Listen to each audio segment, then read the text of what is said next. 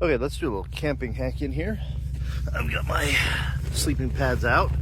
What we do for camping is I just pack, for 3 of us, I've got 6 or 7 blankets in here.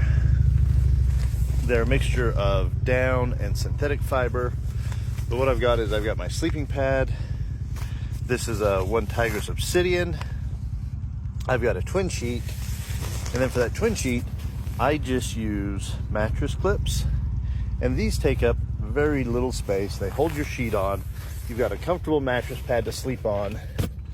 And then you don't have to have the bulk of the sleeping bag.